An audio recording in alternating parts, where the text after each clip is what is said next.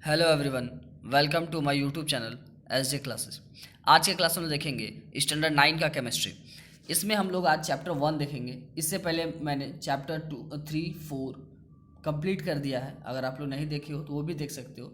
ऐसा नहीं है केमिस्ट्री में आप सीक्वेंस पढ़ोगे तभी समझ में आएगा, नहीं। केमिस्ट्री में आप कोई भी चैप्टर्स पहले पढ़ सकते हो, लेकिन फिर भी मैंने चैप्टर 3 और 4 पहले डाल दिया है। अब ये आज से मैं चैप्टर 1 और एक और चैप्टर 2 2 दिन में डाल दूंगा, तो ये आपका केमिस्ट्री स्टैंडर्ड 9 का कंप्लीट हो जाएगा। उसके बाद फिजिक्स में मैंने ग्रेविटेशन चैप्टर, फिर आपको वर्क फॉर एनर्जी ये मैंने डाल दिया है, मोशन डाल दिया है। बस 2 चैप्टर रह जाएगा, एक चैप्टर 9 जो लॉज ऑफ मोशन है और एक चैप्टर जो हमारा 12 है जो कि साउंड। ये 2 चैप्टर फिजिक्स में रह जाएगा। उसके बाद हम लोग स्टार्ट करेंगे बायोलॉजी। बायोलॉजी में जो हमारा मेन 3 चैप्टर है उस पर फोकस करेंगे, यानी 7 चैप्टर्स बचे हुए हैं जो कि 1 वीक और 10 डेज में हम लोग इसको कंप्लीट कर लेंगे। तो ये हमारा आज का जो क्लास है, मैटर्स इन आवर सराउंडिंग, ये हमारा फर्स्ट चैप्टर है। इस पर हम लोग फोकस करेंगे। ये बहुत ही इंपॉर्टेंट चैप्टर है। ये सिर्फ हमारे स्कूल के लिए नहीं, ये हमारे आने वाले एग्ज़ाम्स जो है, कम्पिटिटिव एग्ज़ाम जो हम लोग देना चाहते हैं, चाहे पॉलिटेक्निक एग्ज़ाम हो या फिर कोई भी बीटेक का एग्ज़ाम देना चाहते हैं, या फिर कंपटीशन जो बैंक, रेलवे, एसएससी, वहाँ पे भी से क्वेश्चन पूछे जाते हैं। तो आप ध्यान दोगे, ये बहुत इंपॉर्टेंट है। तो चलो बिना टाइम बर्बाद किए हम लोग स्टार्ट करते हैं। और ये जो हमारा आज फर्स्ट पार्ट है, ये चैप्टर, ये मैटर्स इन आवर सराउंडिंग का, उसके बाद हम लोग सेकेंड पार्ट में इसको कंप्लीट कर लेंगे। इसको 2 पार्ट में, अगर एक पार्ट में देखेंगे काफ़ी लंबा हो जाएगा। चलो तो बिना टाइम बर्बाद किए हम लोग स्टार्ट करते हैं आज का वीडियो। तो सबसे पहले जो हमारा चैप्टर का नाम है वो है मैटर्स इन आवर सराउंडिंग। तो ये जो मैटर्स इन आवर सराउंडिंग है, इसके बारे में जानने से पहले सबसे पहले हमको जानना पड़ेगा मैटर्स क्या है। मैटर्स हम लोग जानेंगे, तो मैटर्स जानने से पहले इसमें 2 बातें हैं जो बहुत इंपॉर्टेंट है। तो you should know about this. What about the points is, first point should be volume, volume. Second is mass. So you have to clear about these 2 points, and then you will move to the matters. What about the matters? So listen, volume क्या होता है कि suppose करो कि हमारे पास एक book है, ठीक है। तो जो बुक है हमारा, वो जो भी हम अपेक्षा कर रहे हैं, जो भी उम्मीद कर रहे हैं, उसके हिसाब से वो जितना भी स्पेस, ठीक है, जितना भी स्पेस लेता है, ठीक है। सपोज करो कि यहाँ पे हमने बुक रखा एक, तो ये यहाँ पे पहले कुछ नहीं था, लेकिन अब ये यहाँ पे स्पेस ले रहा है, जगह ले रहा है वहाँ पे। अब पुस्तक जहाँ पे रखा हुआ वहाँ पर, उस प्लेस पर और कोई चीज़ नहीं रख सकते हैं। दैट मीन्स कि ये उसका जगह लिया, प्लेस लिया। तो यही हमारा वॉल्यूम है, ठीक है। ये हमारा वॉल्यूम, जिस तरह से एक ग्लास में अगर हम लोग वाटर डालते हैं, तो उस ग्लास में वाटर अगर फिल करने के बाद अब हम दूसरा चीज़ डालना चाहते हैं तो नहीं डाल सकते हैं। हाँ, उस वाटर के अंदर डाल सकते हैं, लेकिन हम लोग ये नहीं बोल सकते कि उस वाटर के जगह पर हम लोग उसको डाल दिए, नहीं। वो तो ये हो गया हमारा वॉल्यूम। उसका जो भी वेट होगा, जो भी ये है, वो हमारा वॉल्यूम हो गया। और उसके बाद एक और बात है मास। मास क्या होता है? तो मास आपको पता है कि हर ऑब्जेक्ट के पास कुछ वेट होता है, कुछ अपना वेट होता है, अपना मास होता है, द्रव्यमान जिसको हिंदी में बोलते हैं, वो हमारा मास हो गया। तो ये 2 चीज़ याद रखोगे। क्या क्या हमने क्या क्या बताया कि मैटर्स के पास क्या होता है, एक तो मास होता है, ठीक है, और एक क्या होता है, वॉल्यूम होता है। ये 2 चीज़ मैटर के पास। तो ऐसा कौन कौन सा चीज़ है जिसके पास मास होता है, वॉल्यूम होता है? बहुत सारा। जैसे हमारे पास वुडन ब्लॉक हो गया, जो वुडन ब्लॉक है, लकड़ी का बॉक्स, ठीक है। वुडन ब्लॉक, लकड़ी का जो बॉक्स है, इसका अपना कुछ वेट होगा, मास होगा, एकदम होगा, और ये कुछ स्पेस लेगा लेगा ना, जहाँ भी रखेंगे तो इसके पास अपना मास भी है, अपना वॉल्यूम भी है, ठीक है। अगर हम लोग बात करें बर्फ, स्टील, ये सब जितना भी है, वो सब का सब अपना मास रखता है और उसके पास वॉल्यूम होता है। तो ये चीज़ माइंड में रखोगे कि मास और वॉल्यूम क्या होता है। अब ये मैंने मास और वॉल्यूम क्यों बताया, तो हम लोग स्टार्ट करते हैं मैटर।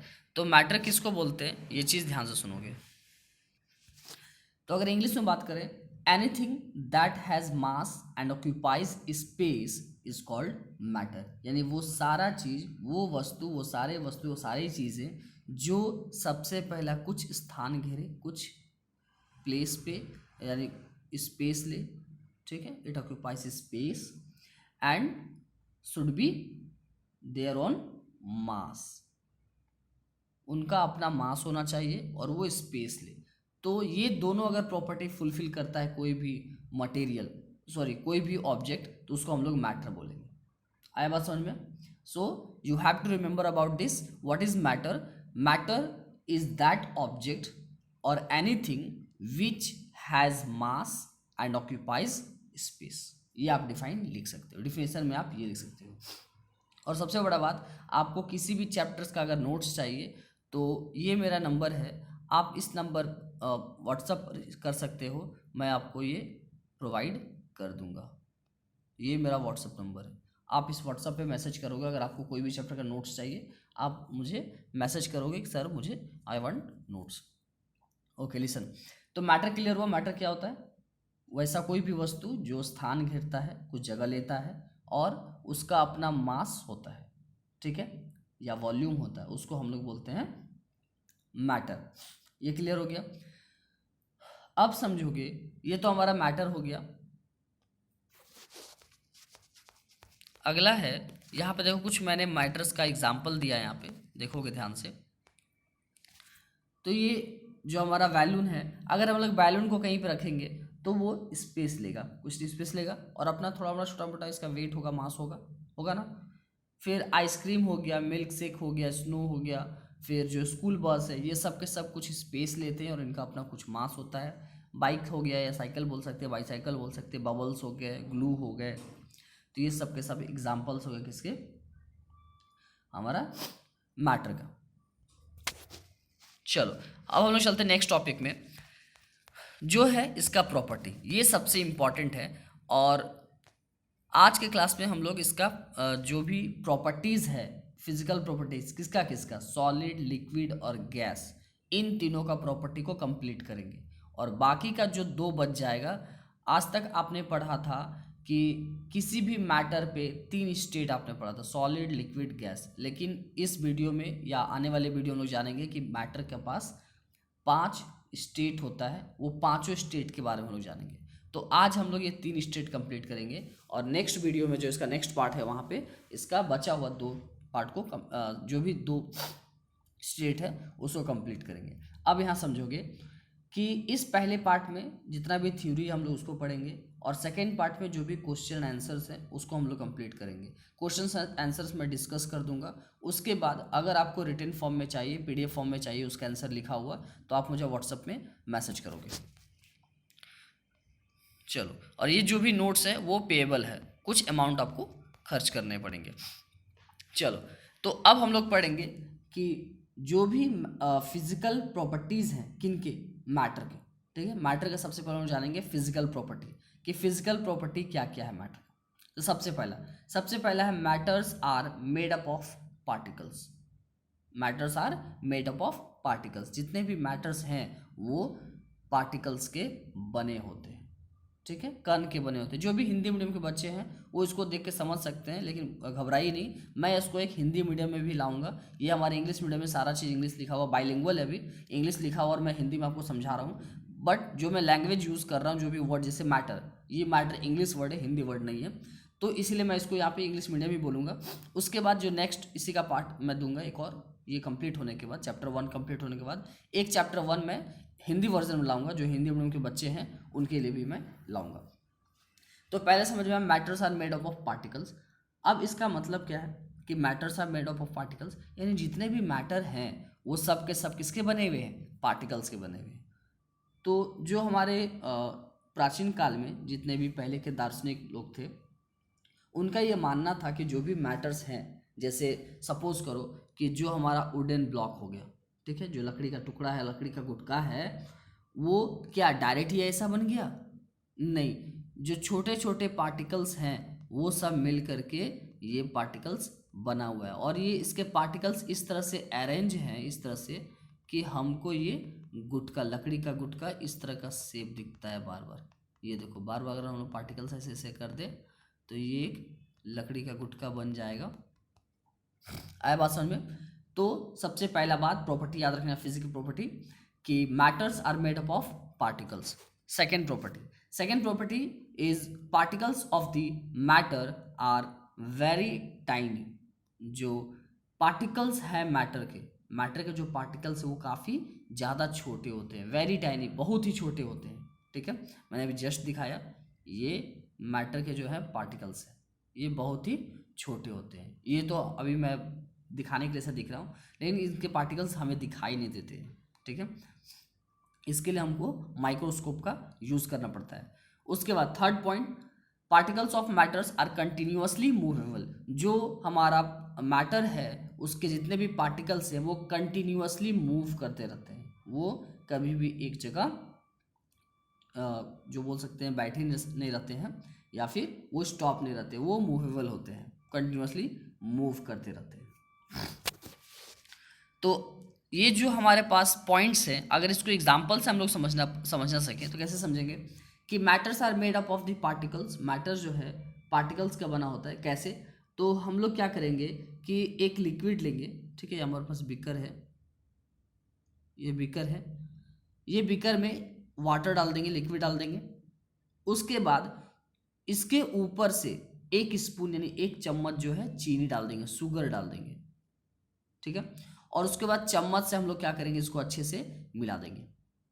मिलाने पे हम क्या देखेंगे कि ये चीनी अब इसमें है ही नहीं, चीनी गायब हो गया। चीनी गायब हो गया दैट मीन्स क्या कि चीनी वाटर में चला गया होगा, यानी वाटर के अंदर स्पेस है, तभी तो वो चीनी उसके अंदर चला गया, गायब हो गया, हमको दिखाई नहीं दिया। आया बात समझ में? यानी पार्टिकल्स के बीच में भी स्पेस है और छोटे छोटे पार्टिकल्स है, तभी तो चीनी भी तो छोटा था, तो वो उसमें जाकर के मिक्स हो गया। तो ये प्रूफ करता है कि मैटर्स जो है वो पार्टिकल्स के बने हुए। आया बात समझ में? उसके बाद अगर हम टॉर्च मिक्स होने के बाद जब टॉर्च से हम इसको टॉर्च लाइट से देखना चाहेंगे तो इसमें कुछ कुछ छोटे छोटे पार्टिकल्स दिखेंगे। तो वो छोटे छोटे पार्टिकल्स प्रूफ करता है कि कोई भी मैटर्स जो है वो स्मॉल पार्टिकल्स के बने होते हैं। आया बात समझ में? चलो, तो ये हो गया हमारा 3 फिजिकल प्रॉपर्टीज़ का। अब है कि हम लोग क्लासिफिकेशन के बारे में जानेंगे कि क्या क्या मैटर का क्लासिफिकेशन हो सकता है, इसका क्या क्या पार्ट हो सकता है, क्या क्या टाइप हो सकता है, उसके बारे में हम लोग जानते हैं। तो हम लोग जो क्लासिफिकेशन करेंगे on the basis of physical property, ये बात हमेशा याद रखोगे। हम लोग जो भी अभी क्लासिफिकेशन करेंगे वो उसके फिजिकल प्रॉपर्टी पे करेंगे। ओके, अब देखोगे तो we can classify the matters into 5 parts. Okay, 5 parts. अब आप सोच रहे हो कि सर 5 पार्ट्स कहाँ से हो गया? तो देखोगे, ध्यान से समझोगे, आज से पहले हम लोग 3 पार्ट जानते थे। कौन कौन सा? पहला सॉलिड, दूसरा लिक्विड, तीसरा गैस। अभी तक आप लोग सभी को ये जानते थे। ठीक है, आज हम लोग 2 एक्स्ट्रा पढ़ेंगे। आए बात समझ में? चौथा जो है वो है प्लाज्मा। चौथा क्या है? चौथा हमारा जो है वो प्लाज्मा है। और 5वां बोस-आइंस्टाइन, बोस-आइंस्टीन्स। ठीक है, बोस-आइंस्टीन्स। तो ये प्लाज्मा और बोस-आइंस्टीन्स ये नेक्स्ट वीडियो हम लोग जानेंगे। फिलहाल हम लोग सॉलिड, लिक्विड, गैस के बारे में जानेंगे कि क्या क्या इसका प्रॉपर्टीज होता है। ये 3 टाइप्स के जो हैं उनके बारे में हम लोग जानेंगे। ऐसे बहुत कोई जानते होंगे कि सॉलिड, लिक्विड, गैस बहुत कोई जानते होंगे, लेकिन फिर भी आपको एक सीक्वेंस वाइज में जानना है कि सॉलिड क्या होता है, लिक्विड क्या होता है। अगर उसके बारे में आता है तो हमें क्या लिखना है, तो ये सब बातें जो है आपको याद रखना है। तो सबसे पहला हमारा जो है the solid state of the matter. Matter का जो हमारा सॉलिड स्टेट है उसके बारे में हम लोग जानते हैं। तो पहले से हम लोग ऑलरेडी जानते हैं क्या कि जो मैटर्स होते हैं वो स्मॉल पार्टिकल्स के बने होते हैं, है ना, वेरी टाइनी पार्टिकल्स के बने होते हैं।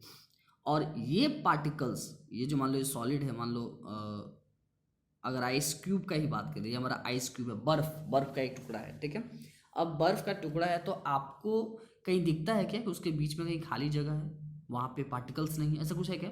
नहीं। इसका मतलब यहाँ पे छोटे छोटे पार्टिकल्स इस तरह कर सकते हैं हम लोग, इस तरह करते करते छोटे छोटे पार्टिकल्स जो हैं एकदम आस पास रहते हैं, एकदम पास में, और ये एक दूसरे से अट्रैक्टेड रहते हैं। तो अगर छोटे पार्टिकल्स इतने करीब हैं और हमारे हटाने से अगर इसको हम टच करेंगे तो ये हट रहे हैं? नहीं, हटते नहीं है। तो हमारे टच करने से हट नहीं रहे, दैट मीन्स कि वो एक दूसरे को अपने ओर पकड़ के रखे हुए हैं कस के, तभी तो वो वहाँ से हट नहीं रहे। तो उस पर कौन सा फोर्स लगा हुआ है?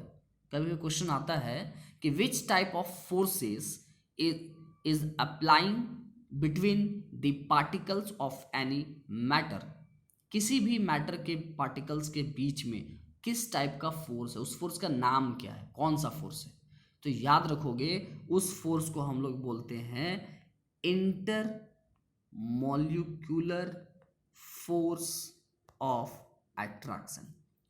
तो अट्रैक्शन का इंटरमोलिकुलर फोर्स इनके बीच में लगा हुआ है, जिसके कारण दो पार्टिकल्स एक दूसरे को टाइटली अट्रैक्ट करके रखे हुए हैं, ये और ये इतना अट्रैक्ट कर दिया कि ये दोनों चिपक के इस तरह का लाइन हो गया।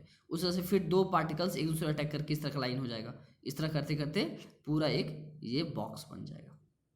आया बात समझ में? ठीक है, तो दो बातें, कौन सा फोर्स लगा है दोनों पार्टिकल के बीच में, तो आप बोलोगे इंटरमोलिकुलर फोर्स ऑफ अट्रैक्शन या इंटरमोलिकुलर फोर्सेस भी बोल सकते हैं। और दो पार्टिकल्स के बीच में जो स्पेस होता है, जैसे ये दो पार्टिकल्स, इन दोनों के बीच में जो स्पेस है, उस स्पेस को क्या बोलते हैं, उस स्पेस को बोलते हैं इंटरमोलिकुलर स्पेस। ठीक है, यहाँ तो इंटरमोलिकुलर मैंने लिख दिया। इंटर अगर स्पेलिंग नहीं जानते हो, INTERMOLECULAR, इंटरमोलिकुलर फोर्स, यहाँ पे स्पेस हो जाएगा और वो फोर्स इंटरमोलिकुलर फोर्स हो जाएगा। ये बात आप अच्छे से याद रखोगे। और एक और बात याद रखोगे कि सॉलिड में जो पार्टिकल्स होते हैं वो काफ़ी ज़्यादा क्लोजली होते हैं। क्यों? Due to highly intermolecular forces, उसमें इंटरमोलिकुलर फोर्सेस बहुत ज़्यादा होता है, जिससे कि दो पार्टिकल्स एक दूसरे को बहुत टाइटली अट्रैक्ट करके रखते हैं। आया बात समझ में? चलो,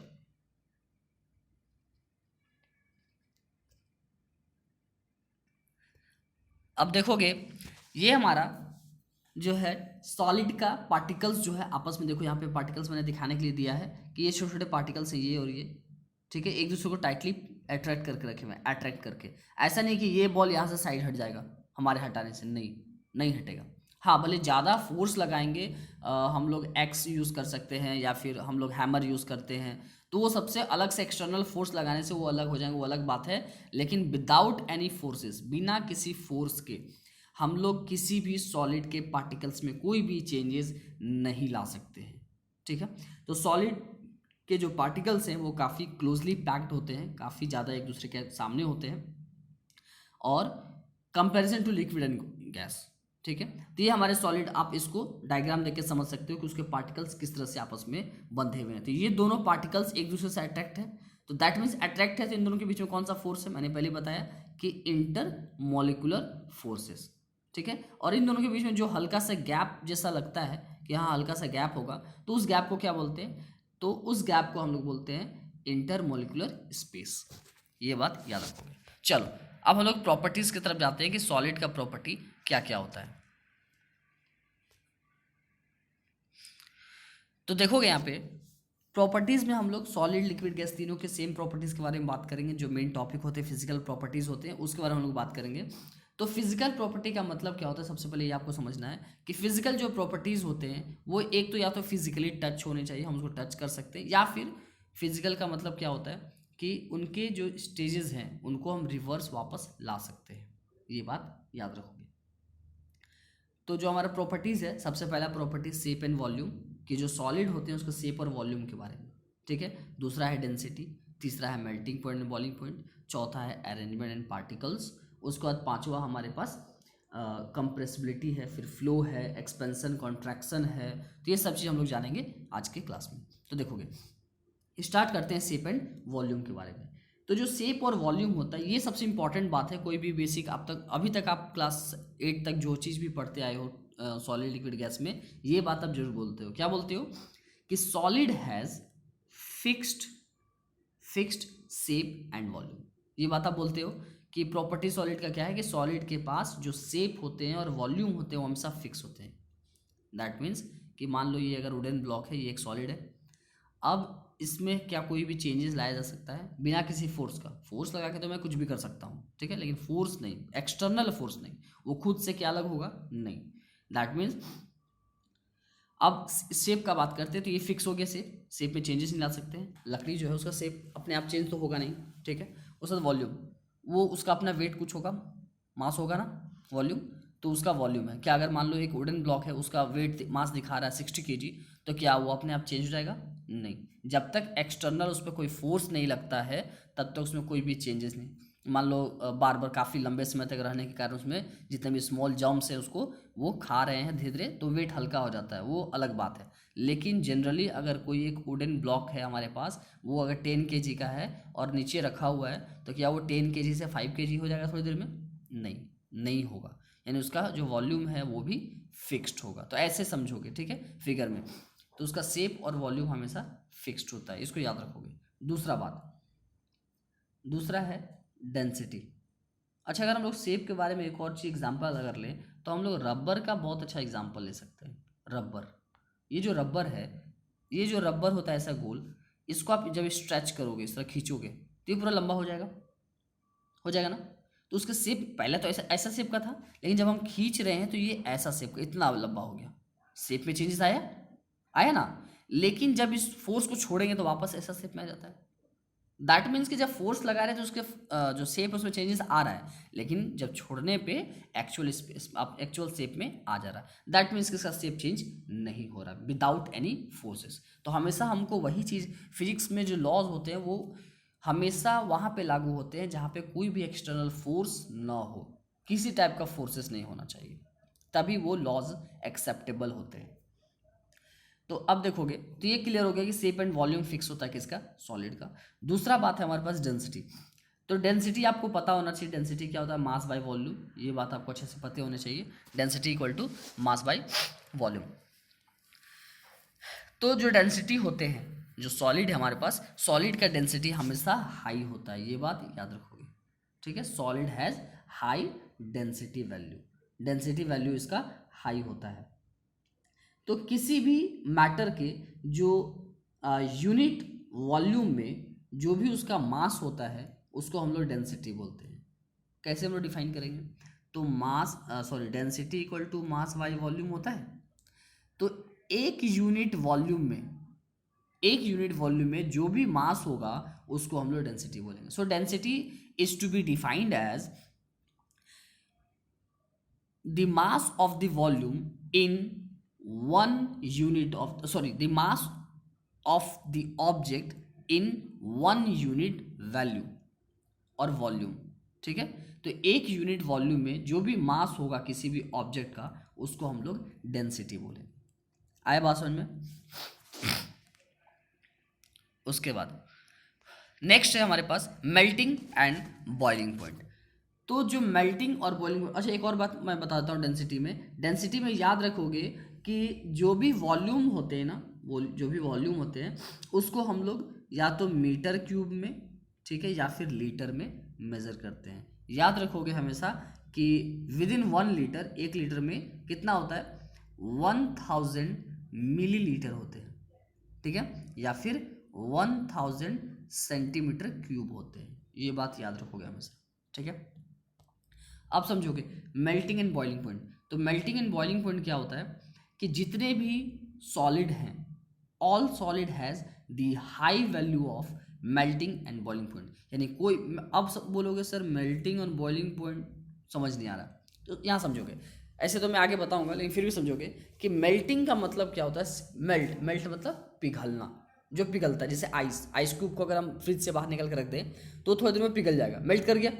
तो दैट मीन्स कि मेल्टिंग क्या होता है कि melting is such types of process in which solid is converted into liquid. ये मैं आगे बताऊंगा कि कैसे इसको बोल रहे हैं मेल्टिंग, ठीक है। फिलहाल मेल्टिंग का मतलब समझोगे।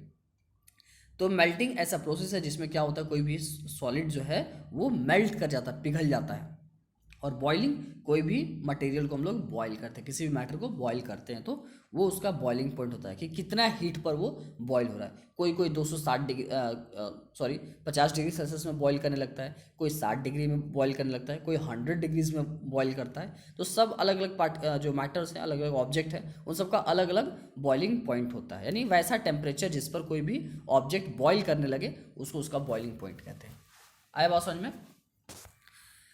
अब है अरेंजमेंट ऑफ पार्टिकल्स। जो पार्टिकल्स हैं उनका अरेंजमेंट कैसा होता है, तो ये बात हमेशा याद रखोगे कि जो सॉलिड पार्टिकल्स हैं, ठीक है, जो सॉलिड पार्टिकल्स हैं वो एक रेगुलर शेप में एक दूसरे से अट्रैक्टेड रहते हैं। हमेशा याद रखोगे कि वो रेगुलर शेप में अट्रैक्टेड रहते हैं, अरेंज रहते हैं, और इसी रेगुलर शेप अरेंजमेंट को हम लोग लैटिस बोलते हैं। ये बात याद रखो, कभी भी क्वेश्चन आएगा कि व्हाट इज लैटिस, तो you should say the lattice is the regular shape arrangement of the solid particles. किसी भी सॉलिड पार्टिकल्स के रेगुलर अरेंजमेंट को हम लोग लैटिस बोलते हैं। ये बात याद रखोगे, ठीक है।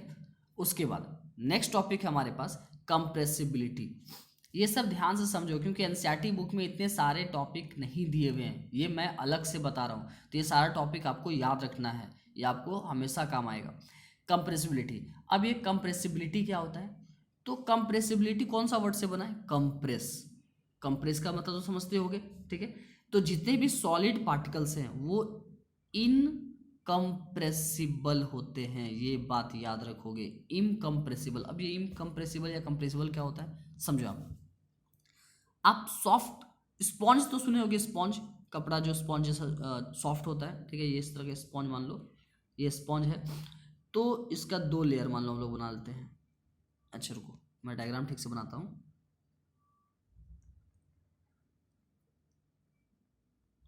ये इसका 2 लेयर हो गया, ठीक है, या फिर इसको ऐसे भी हम लोग बना सकते हैं, 2 लेयर हो गया। तो जब हम इन दोनों लेयर को, ऊपर के जो दोनों लेयर को, इन दोनों को फोर्स लगाकर, ठीक है, इन दोनों लेयर को फोर्स लगाते हैं अगर, तो क्या होगा, ये दोनों आपस में चिपक जाएंगे। या घर में सोफा होता है, सोफा में जब बैठते हैं तो थोड़ा नीचे दब जाता है, दबता है ना, तो वो एक स्पॉन्ज है ना, तो नीचे बैठा, दैट मीन्स क्या, कंप्रेस हो गया।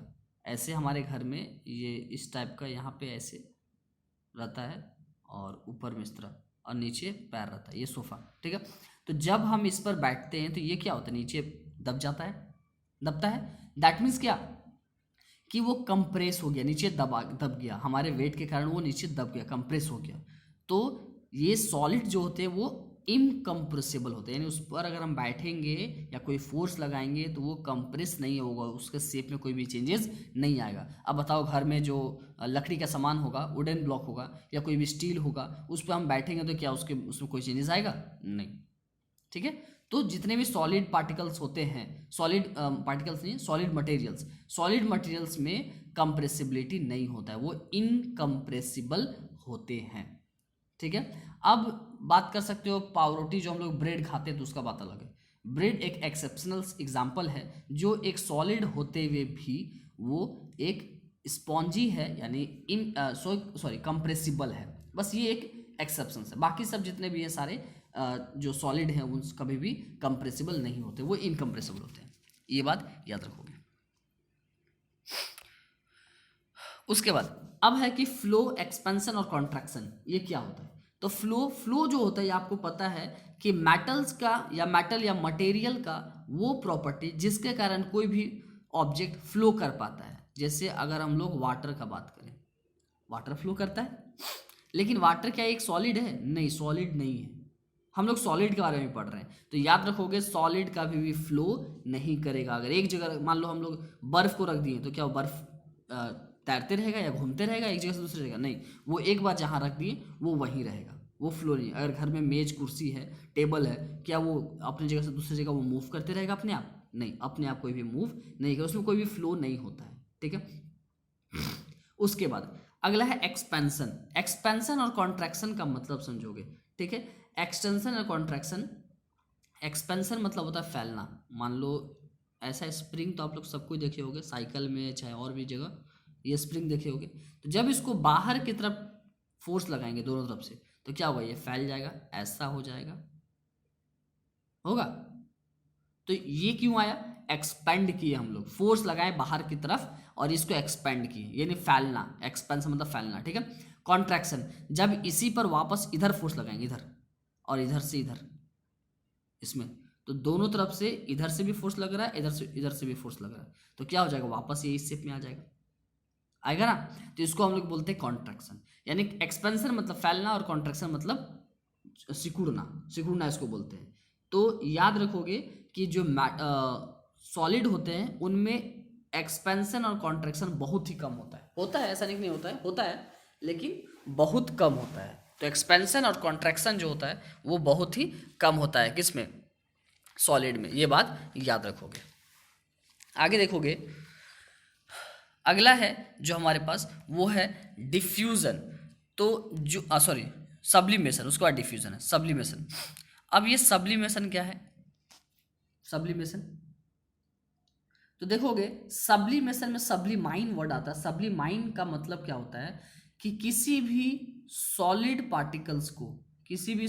पार्टिकल्स को बिना लिक्विड में चेंज किए हुए अगर डायरेक्ट गैस में चेंज कर दे तो वो हमारा सब्लिमेशन कहलाता है। सो सच टाइप्स ऑफ प्रोसेस और such types of physical process in which solid can be directly converted into gas, this process is called sublimation। आया बात समझ में?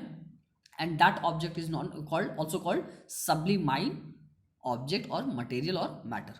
ठीक है, कहने का मतलब कि अगर ऐसा मटेरियल जो सॉलिड के फॉर्म में हो और जब हम उसको हीट करें तो डायरेक्ट गैस के फॉर्म में आ जाए, तो ऐसा कोई ऑब्जेक्ट है आपके माइंड में? बिल्कुल, घर में जो आप कपूर यूज करते हो ना, कपूर, तो देखते होगे कि जब उसको कपूर तो ऐसा छोटा सा रहता है, वाइट कलर का, सॉलिड के फॉर्म में रहता है ना। अब जब आप इसको जलाते हो आरती जब दिखाने के लिए, पूजा करते समय, तो क्या होता है, ये लिक्विड में कन्वर्ट होता है क्या? नहीं, जल के सीधा गैस में बदल जाता है और ये उड़ जाता है, गायब हो जाता है, उसमें से नैफ्थलीन बॉल।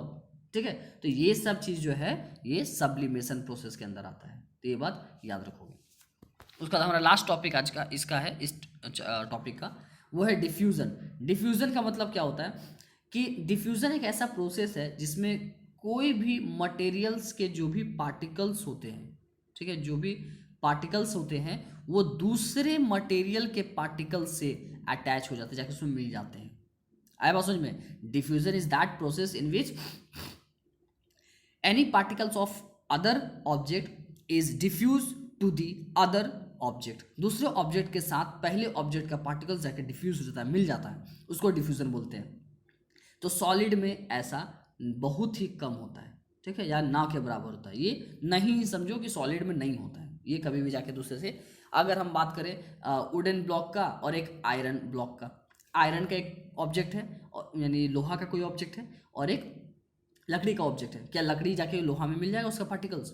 नहीं मिल सकता है, दोनों अलग अलग, तो ये पॉसिबल नहीं है सिर्फ सॉलिड में। तो ये हमारे आज के सॉलिड के जो है वो प्रॉपर्टीज थे। हम लोग एक बार रिवाइज कर लेते हैं। सॉलिड का प्रॉपर्टीज, पहला शेप एंड वॉल्यूम। शेप और वॉल्यूम हमेशा फिक्स होता है, कोई भी चेंजेस इसमें नहीं आता है। डेंसिटी इसका हाई होता है। मेल्टिंग एंड बॉइलिंग पॉइंट ये दोनों भी हाई होता है। अरेंजमेंट ऑफ पार्टिकल्स के जो अरेंजमेंट है वो किस तरह होते हैं वो मैंने बताया। फिर कंप्रेसिबिलिटी क्या होता है वो मैंने बताया, कैसे कंप्रेस करने पर उसके शेप और साइज में चेंजेस आते हैं उसको कंप्रेसिबिलिटी बोलते हैं। लेकिन सॉलिड में कंप्रेसिबिलिटी नहीं होता है। उसका बाद फ्लो मैंने बताया, सॉलिड फ्लो नहीं करता है। एक्सपेंशन और कॉन्ट्रैक्शन ये बहुत कम होता है सॉलिड में। सब्लिमेशन मैंने बताया कि सब्लिमेशन में क्या होता है कि एक सॉलिड जो है डायरेक्टली गैस में कन्वर्ट हो जाता है। और डिफ्यूज़न मैंने भी जस्ट बताया कि डिफ्यूज़न क्या होता है कि इसमें एक मैटर के जो पार्टिकल्स है वो दूसरे मैटर के पार्टिकल्स में जाके मिक्स हो जाते हैं। तो ये भी प्रॉपर्टी जो है सॉलिड में नहीं होता है, तो ये बात याद रखना। ऐसा नहीं कि डिफ्यूज़न में क्या होता है, डिफ्यूज़न का डिफिनेशन आपको पता है कि एक पार्टिकल्स दूसरे ऑब्जेक्ट में जाके मिल जाते हैं, इसको डिफ्यूज़न बोलते हैं, और बोल दोगे कि डिफ्यूज़न सॉलिड में होता है। नहीं, पहले जानना है कि डिफ्यूज़न क्या होता है। मैंने बता दिया कि diffusion is that process in which the particles of one material is flow into the particle into the another matter और अनदर ऑब्जेक्ट, इसको हम लोग डिफ्यूज़न बोलते हैं। लेकिन ये प्रोसेस सॉलिड में नहीं होता है, ये प्रॉपर्टी सॉलिड में नहीं पाया जाता है, ये बात याद रखोगे। चलो, ये सब जो हमारा है, आगे हम लोग जो देख रहे हैं ये है लिक्विड के जो पार्टिकल्स है वो है। लिक्विड के पार्टिकल्स के बीच में देखो थोड़ा गैप दिख रहा है, सब में सब जगह गैप है ना, थोड़ा। सॉलिड के पार्टिकल्स में गैप हमको नहीं दिखता है, लेकिन ये लिक्विड के पार्टिकल्स के जगह है। एक बार फिर मैं रिपीट कर दूं कि ये पार्टिकल्स है, ये सब पार्टिकल्स हैं, और इनके बीच में जो गैप है, इसी गैप को हम लोग बोलते हैं क्या, इंटरमॉलिक्यूलर स्पेस। और जिस फोर्स से ये दोनों एक दूसरे से अट्रैक्ट होते हैं ये सारा पार्टिकल्स, उसको इंटरमॉलिक्यूलर फोर्सेस बोलते हैं। तो ये बात याद रखोगे। अब सोच रहे होगे कि लिक्विड में इतना गैप क्यों और सॉलिड में क्यों नहीं, तो ये बात माइंड में हमेशा रखोगे कि जहाँ पे इंटरमोलिकुलर फोर्स ज़्यादा होगा वहाँ पे पार्टिकल्स एक दूसरे से सटे होंगे। तो जो सॉलिड पार्टिकल्स है उनमें इंटरमोलिकुलर फोर्सेस ज़्यादा होता है, इसलिए वो एक दूसरे को अट्रैक्ट करके रखते हैं। लेकिन जो लिक्विड है उनमें इंटरमोलिकुलर फोर्सेस कम होता है, इसलिए उनके बीच में गैप होता है। आप खुद सोच के देख लो कि अगर हम एक चुंबक, एक मैग्नेट, ठीक है, एक मैग्नेट रखते हैं, रुको मैं इसको आगे बढ़ाता हूँ। हाँ, यहाँ पे देखो, मान लो कि एक मैग्नेट है, ये बड़ा सा चुंबक तो सबको देखे होगे ना, गोल सा चुंबक आप लोग घर में सबको यूज़ करते देखे होगे, और यहाँ पे कोई भी आयरन लोहा का चीज़ यहाँ रख दी है, ठीक है। तो चुंबक के सामने जितना ज़्यादा सामने लाएंगे इस ऑब्जेक्ट को, इसका अट्रैक्ट होने का प्रोबेबिलिटी उतना ज़्यादा होगा, यानी उतना ज़्यादा चांसेस होंगे कि ये जो मैग्नेट है वो आयरन को अट्रैक्ट कर लेगा। लेकिन यहाँ पे मैग्नेट है और इसको दूर रख दिए यहाँ पे आयरन पीस को, तो क्या इसको अट्रैक्ट करेगा? नहीं, जितना दूर जाते जाएगा इसका अट्रैक्शन पावर कम होते जाएगा। उसी तरह से आपको याद रखना है कि जो पार्टिकल्स होते हैं वो जितना दूर जाएंगे उनमें इंटरमोलिकुलर फोर्स जो है कम होते चले जाएंगे। चलो, अब हम लोग जितने प्रॉपर्टीज़ सॉलिड में पढ़े थे वो सारे प्रॉपर्टीज़ हम लोग लिक्विड में पढ़ेंगे। तो नेक्स्ट हमारा टॉपिक है properties of the liquid. Liquid का जो प्रॉपर्टी है वो क्या? तो सबसे पहला हो गया हमारा शेप एंड वॉल्यूम। तो खुद सोच के देखोगे, लिक्विड यानी वाटर, एग्जांपल लेते हैं लिक्विड का, वाटर एक लिक्विड है। तो शेप का बात करते हैं, तो देखो, तो क्या लिक्विड का शेप फिक्स होता है? मान लो ये हो गया हमारा बीकर, इसमें लिक्विड डालेंगे तो ये इसका शेप ऐसे ही दिखेगा ना, यानी लिक्विड। और मान लो अगर हम इस तरह का बर्तन लें, इस तरह का अगर हम बीकर लेते हैं और इसमें लिक्विड डालते हैं तो लिक्विड इसका शेप ले लेगा। दैट मीन्स कि लिक्विड को हम जिस ऑब्जेक्ट में डालें, जिस भी बीकर में डालें, जिस बर्तन में डालें, वो उसका शेप ले लेता है। अगर सिलिंड्रिकल में डालते हैं सिलेंडर हो जाता है, अगर डिज़ाइन वाले में डालते हैं तो वाटर डिज़ाइन में बन जाता है। तो दैट मीन्स उसका शेप फिक्स नहीं है, हर ऑब्जेक्ट में अलग अलग होता है इसका। तो दैट मीन्स कि जो शेप है वो लिक्विड का फिक्स नहीं होता है। तो liquid has not fixed shape, liquid के पास फिक्स शेप नहीं होता है। अब वॉल्यूम की बात करते हैं। अगर 1 लीटर पानी इसके अंदर डालते हैं तो वो 1 लीटर ही रहेगा, वो 2 लीटर या 1.5 लीटर या 0 लीटर नहीं होगा, तो वॉल्यूम फिक्स होगा। ये बात याद रखोगे। तो लिक्विड का शेप अनफिक्स्ड होता है और वॉल्यूम जो है फिक्स होता है। आया बात समझ में? अब हम लोग बात करते हैं वो है डेंसिटी के बारे में, कि डेंसिटी क्या होता है। ये मैं पहले बता चुका हूँ कि डेंसिटी क्या होता है, इसलिए दोबारा हम लोग उस पर डिस्कस नहीं करेंगे। अब लिक्विड का डेंसिटी कितना होता है वो हमको जानना है। तो वहाँ पे हम लोग जानते हैं कि सॉलिड का जो डेंसिटी होता है वो काफ़ी हाई होता है, लेकिन जो लिक्विड है वो उसका जो डेंसिटी है वो कंपेरिजन टू सॉलिड के कंपेरिजन में वो कम होता है डेंसिटी। तो density of the liquid has less value comparison to the solid. बात समझ में आया? अब देखो, अगला है कंप्रेसिबिलिटी। तो हम लोग जानते हैं, देखिए सॉलिड को कंप्रेस नहीं कर सकते हैं, लेकिन हम लोग जो लिक्विड में है वो ये भी इनकम्प्रेसिबल, इसको ऐसा नहीं कि कंप्रेस कर सकते। अगर पानी में हाथ डालेंगे तो वो पानी हाथ में आएगा जरूर, लेकिन उसके पार्टिकल्स को हम लोग अपने हाथ से कोई भी फोर्स लगाए उसको चिपका नहीं सकते हैं, ठीक है, कोई भी उसको कंप्रेस नहीं कर सकते हैं, तो वो भी इनकम्प्रेसिबल होता है। उसके बाद नेक्स्ट है, लिख दोगे ये इनकम्प्रेसिबल। अब है मेल्टिंग एंड बॉइलिंग पॉइंट। तो मेल्टिंग एंड बॉइलिंग पॉइंट मैंने पहले बता दिया क्या होता है। तो लिक्विड का जो मेल्टिंग एंड बॉइलिंग पॉइंट होता है वो लेस देन होता है, melting and boiling point of any liquid is less than to the solid के कंपैरिजन में इसका मेल्टिंग और बॉइलिंग पॉइंट कम होता है, ये बात याद रखोगे। अगला है फ्लूडिटी। जो फ्लूडिटी है वो क्या होता है, मैंने पहले बताया, हम लोग इसके पहले सॉलिड में पढ़े थे फ्लो, वही फ्लूडिटी है। फ्लूडिटी मतलब कि वो कितना आसानी से फ्लो कर पा रहा है। आया बात समझ में? तो जो लिक्विड होते हैं उनमें फ्लूडिटी, जो फ्लो होता है वो पाया जाता है, फ्लूडिटी प्रॉपर्टी होता है। तो liquid has the fluidity property but solid does not have any types of fluidity property, ये बात याद रखोगे। उसके बाद नेक्स्ट है डिफ्यूजन देखोगे तो मैंने पहले बताया डिफ्यूजन क्या होता है कि किसी भी एक मटेरियल के पार्टिकल्स दूसरे ऑब्जेक्ट में जाके मिक्स कर जाना। तो ये सॉलिड में नहीं होता था लेकिन लिक्विड में होता है। कैसे? हम लोग क्या करेंगे, मान लो नींबू का जो रस है ना, नींबू का जो रस वो तो लिक्विड है, उस रस को अगर वाटर में डालते हैं क्या होगा, वो वाटर में आके पिघल जाएगा। दैट मीन्स जो नींबू रस है हमारे पास, जो ऑरेंज है, संतरा है, नींबू है, उसका जो लिक्विड है वो लिक्विड को हम दूसरे पार्टिकल्स यानी वाटर में डाल रहे थे, दूसरे ऑब्जेक्ट में डाल रहे थे और वो जाके वहाँ पे मिक्स हो गया। दैट मीन्स कि डिफ्यूजन प्रॉपर्टी किस में होता है, लिक्विड में होता है। ये बात याद रखोगे। नेक्स्ट है freezing point of the liquid. अब ये फ्रीजिंग पॉइंट क्या होता है? फ्रीजिंग, फ्रीज वर्ड से आता है। फ्रीज, आपके घर में फ्रीज होगा तो वो क्या काम करता है, वो लिक्विड को बर्फ में कन्वर्ट करता है, आइस में कन्वर्ट करता है। हम एक और बात बोल सकते हैं कि लिक्विड को सॉलिड में कन्वर्ट करता है। क्या करते हैं हम लोग, वाटर डालते हैं ना फ्रिज में, वाटर डालते हैं और बनता क्या है वहाँ पे, आइस। तो वाटर क्या है, एक लिक्विड है, और आइस क्या है, एक सॉलिड है। दैट मीन्स कि फ्रीजिंग इज दैट प्रॉपर्टी और that process of the liquid in which liquid can be converted into solid. आया बात समझ में, कि फ्रीजिंग एक ऐसा प्रोसेस है जिसमें हम लोग वाटर को या फिर किसी भी लिक्विड को सॉलिड में कन्वर्ट करते हैं। ये क्लियर हो गया? ये सबको आप लोग घर में फ्रिज देखे होगे और फ्रिज से हम लोग कैसे कन्वर्ट करते हो तो आपको सबको पता होगा। अब देखोगे नेक्स्ट हमारा वो है इवापोरेशन। तो जो इवापोरेशन वर्ड है फ्रीजिंग का ठीक उल्टा। फ्रीजिंग मतलब क्या, फ्रीजिंग मतलब जमना, इवापोरेशन मतलब ये वाष्प बनना, भाप बनना। घर में देखते होगे कि जब पानी गर्म करते हैं तो जब ज़्यादा पानी गर्म होने लगता है तो उसमें से गैस बाहर, ऊपर धुआं बाहर निकलता है, गैस निकलता बाहर। तो इवापोरेशन भी उसी को बोलते हैं कि such types of process in which that material can be converted into vapour. जो वेपर में, जो वाष्प में, वेपर में कन्वर्ट होगा टू द सर्टेन टेम्परेचर और रूम टेम्परेचर। किसी भी रूम टेम्परेचर या कोई भी सर्टेन टेम्परेचर पर कोई भी लिक्विड जब वाष्प में यानी वेपर में कन्वर्ट होने लगेगा तो उसको हम लोग इवापोरेशन बोलेंगे।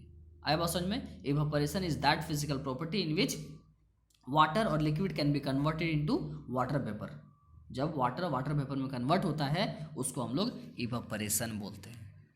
ये बात आपको क्लियर रखना है कि इवापोरेशन क्या होता है। अब देखो ये आया हमारा सबसे इम्पॉर्टेंट टॉपिक, ह्यूमिडिटी।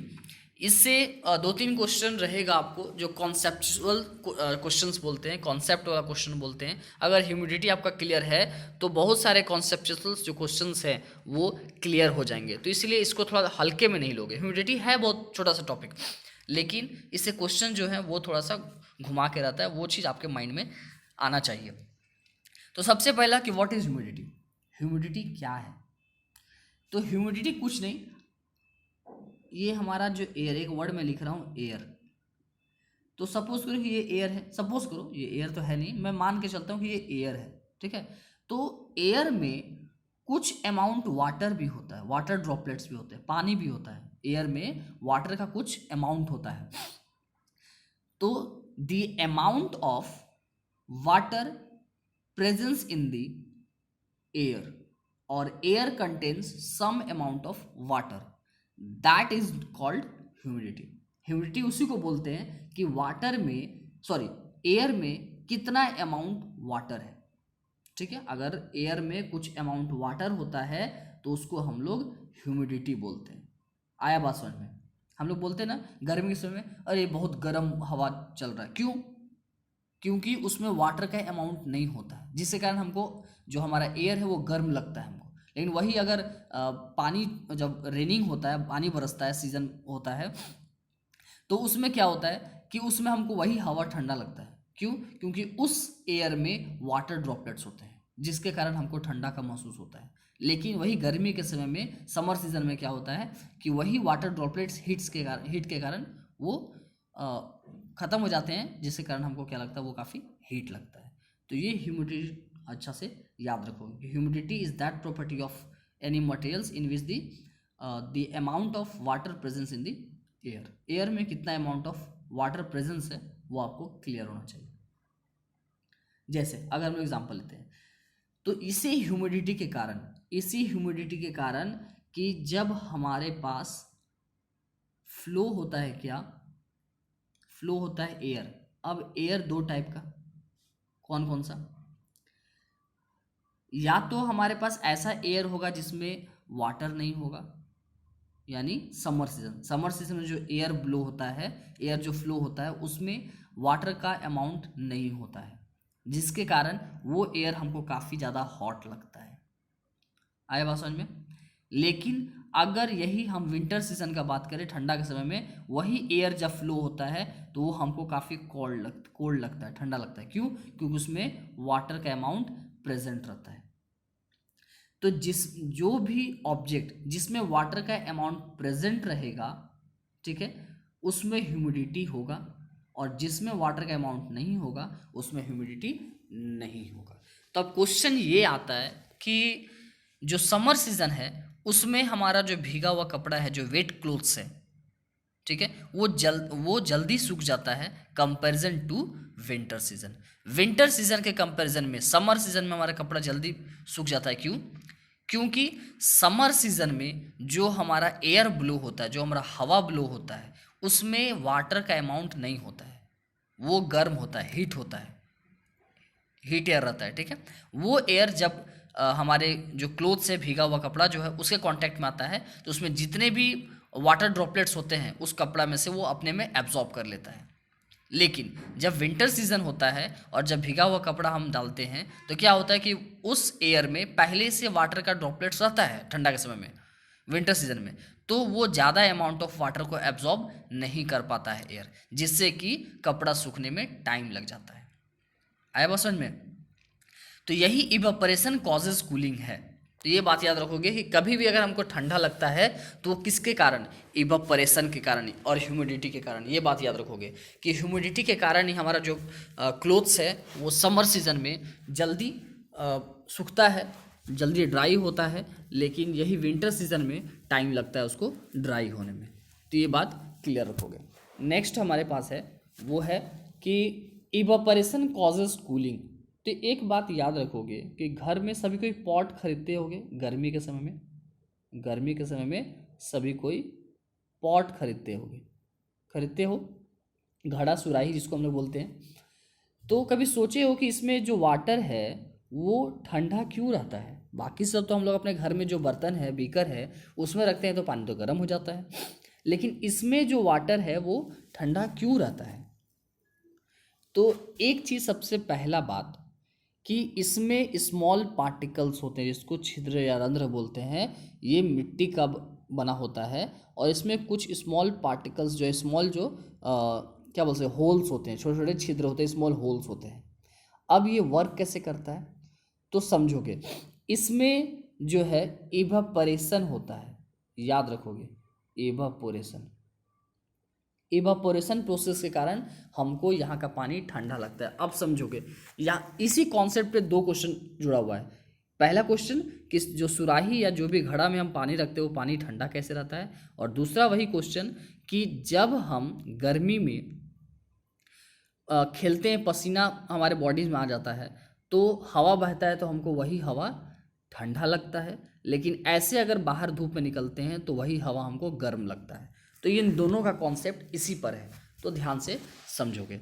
तो जो भी हमारा इवापोरेशन का रेट है लिक्विड का, ठीक है, वो क्या करता है कि बाहर से हमारा एयर आया, ठीक है, बाहर से एयर आ रहा है तो क्या कर रहा है कि ये जो स्मॉल पार्टिकल्स हैं, ठीक है, जो स्मॉल पार्टिकल्स हैं उसके थ्रू अंदर में जितने भी एयर्स हैं उनको इवापोरेट, पानी को इवापोरेट कर दे रहा है। हीट आ रहा है ना, एयर ब्लो होके उस सुराही के पास आ रहा है, पॉट के पास आ रहा है, तो एयर कैसा है, हॉट है, तो वो क्या करेगा, वहाँ का वाटर को इवापोरेट करेगा। बाहर में जो पॉट के ऊपर में जो वाटर आ जाता है तो उसको इवापोरेट करेगा। तो इवापोरेट करने के कारण उसका जो एयर है, हॉट एयर, वो ऊपर की तरफ जाने लगता है और जो कोल्ड एयर है वो नीचे। एक बात हमेशा याद रखोगे कि हॉट एयर कभी भी नीचे नहीं बैठता है, हॉट एयर हमेशा ऊपर की तरफ ब्लो कर जाता है, ऊपर चला जाता है, ठीक है, और कोल्ड एयर हमेशा नीचे बैठता है। तो जब हमारा सनलाइट या कोई भी धूप या कोई भी रोशनी आता है तो उस पॉट को गर्म करता है, पॉट को गर्म करता है तो पॉट के ऊपर जो पानी का ड्रॉपलेट्स होता है, पानी का जो बूंद होता है, वो क्या करता है, इवापोरेट होने लगता है, ठीक है, हीट के कारण वो इवापोरेट, वाष्प में बदलने लगता है, इवापोरेशन में बदलने लगता है। और वो जब हॉट होता है तो वहाँ का एयर जो हल्का हो जाता है, हल्का होने के कारण एयर जो है ऊपर उड़ जाता है, ठीक है। और नीचे कौन बैठ जाता है? कोल्ड एयर, और वही कोल्ड एयर इसको ठंडा करता है। आया बात समझ में? उसी तरह से हम लोग जब कपड़ा पहनते हैं गर्मी के समय में, जो कॉटन कपड़ा पहनते हैं, तो उसमें क्या होता है कि जब पसीना हमारे बॉडीज़ में रहता है तो वही एयर जब लो होता है तो क्या होता है कि उस जो भी हमारा पसीना है हमारे बॉडीज़ में, वो वाटर ड्रॉपलेट्स एक तरफ का, जो भी पसीना है वो वाटर ड्रॉपलेट्स है, उस वाटर ड्रॉपलेट्स को इवापोरेट करता है। हीट क्या करता है? उसको इवापोरेट करता है, वाष्प में बदलता है। और इवापोरेट करता है तो वो क्या होता है? गर्म होता है, गर्म होने के कारण वो हल्का हो जाता है और ऊपर जाने लगता है। और वहाँ पे जितने भी ठंडा एयर है, कूल एयर, वो हमारे बॉडीज़ में आने लगता है, जिससे कि हमको ठंडा का एहसास होता है। आया बात समझ में? और यही रीज़न है कि कहा जाता है कि गर्मी के दिन में हमें जो कपास का जो कॉटन है वो पहनना चाहिए, ना कि कोई भी विंटर सीजन वाला कपड़ा। आया बात समझ में? क्यों ऐसा रीज़न क्यों बोला जाता है कि कॉटन कपड़ा पहनना चाहिए, कॉटन विंटर सीजन वाला हमको कपड़ा नहीं पहनना चाहिए? क्योंकि जो हमारा कॉटन है वो क्या करता है, वो वाटर को ईजिली एब्जॉर्ब करता है, ठीक है। और वो सबसे बड़ा रीज़न है कि हीट का अच्छा एब्जॉर्बर है। आया बात समझ में? और हीट के साथ साथ वो वाटर को अच्छा एब्जॉर्ब करके रखता है। तो वाटर अच्छा से एब्जॉर्ब होने के कारण उसका इवापोरेशन रेट बहुत अच्छा होता है, और इवापोरेशन रेट अच्छा होने के कारण हमको ठंडा का महसूस होता है। तो ये हमारा हो गया ह्यूमिडिटी और effects of pressure on boiling. ये बात अब हम लोग ध्यान देंगे। अब देखोगे ये जो इफेक्ट है प्रेशर का बॉइलिंग पर, वो क्या होता है? तो सिंपल सा बात है कि जो भी हमारा बॉइलिंग पॉइंट है वो डिपेंडेंट है किस पर? प्रेशर पर। कैसे? तो प्रेशर जितना ज़्यादा होगा, जितना मोर होगा, प्रेशर जितना ज़्यादा होगा उसका बॉइलिंग पॉइंट भी उतना ज़्यादा होगा। ये बात याद रखोगे। Pressure is directly proportional to the boiling point of the liquid. किसी भी लिक्विड पर जो भी हमारा प्रेशर लगता है वो बॉइलिंग पॉइंट के डायरेक्टली प्रोपोर्शनल होता है। दैट मीन्स कि अगर प्रेशर इंक्रीज तो बॉइलिंग पॉइंट भी इंक्रीज, अगर बॉइलिंग पॉइंट इंक्रीज तो प्रेशर भी इंक्रीज। इसको याद रखोगे। चलो, तो अब नेक्स्ट है हमारा गैसेस स्टेट ऑफ मैटर। तो ये हमारा वीडियो जो है काफ़ी ज़्यादा लंबा हो रहा है, तो अब हम लोग इस यहाँ से नेक्स्ट वीडियो हम लोग जानेंगे, इसका पार्ट 2 जब मैं डालूंगा वहाँ पे मैं बताऊंगा कि गैसेस स्टेट ऑफ मैटर क्या होता है, इसका फिजिकल प्रॉपर्टी जो है हम लोग वो जानेंगे। देखो यहाँ पे मैंने डायग्राम दिया है। फिर difference between the solid, liquid and gas on their properties, उसके प्रॉपर्टीज़ के बेसिस पे सॉलिड, लिक्विड, गैस में क्या डिफरेंस है वो हम लोग जानेंगे। फिर हम लोग इंटरकन्वर्टिबिलिटी जानेंगे स्टेट्स ऑफ मैटर का। उसके बाद हम लोग जानेंगे कि सेल्सियस, केल्विन और फ़ारेनहाइट में क्या रिलेशन है, ये जानेंगे। और लास्ट जो है एब्जॉर्प्शंस ऑफ हीट, ये सब हम लोग जानेंगे कि क्या होता है। तो इतना टॉपिक हमारा आज का क्लास में बच गया है, जो कि हम लोग नेक्स्ट पार्ट 2 में करेंगे। तब तक के लिए आप लोग को थैंक यू। और जो भी इस चैनल में नए हो, चैनल को सब्सक्राइब करना ना भूलोगे, और बेल आइकन जो क्लिक करो ताकि मैं जो भी वीडियो डालूँ वो आपको पहले पता चल जाए, उसका नोटिफिकेशन पहले मिल जाए। और ज़्यादा से ज़्यादा सभी को शेयर करोगे। आप एक काम करोगे कि कॉपी लेके बैठोगे और इस टॉपिक को लिखते चलोगे, डिफाइन करते चलोगे, और जिसको भी नोट्स चाहिए आप व्हाट्सएप में मैसेज कर सकते हो। Okay, thank you everyone.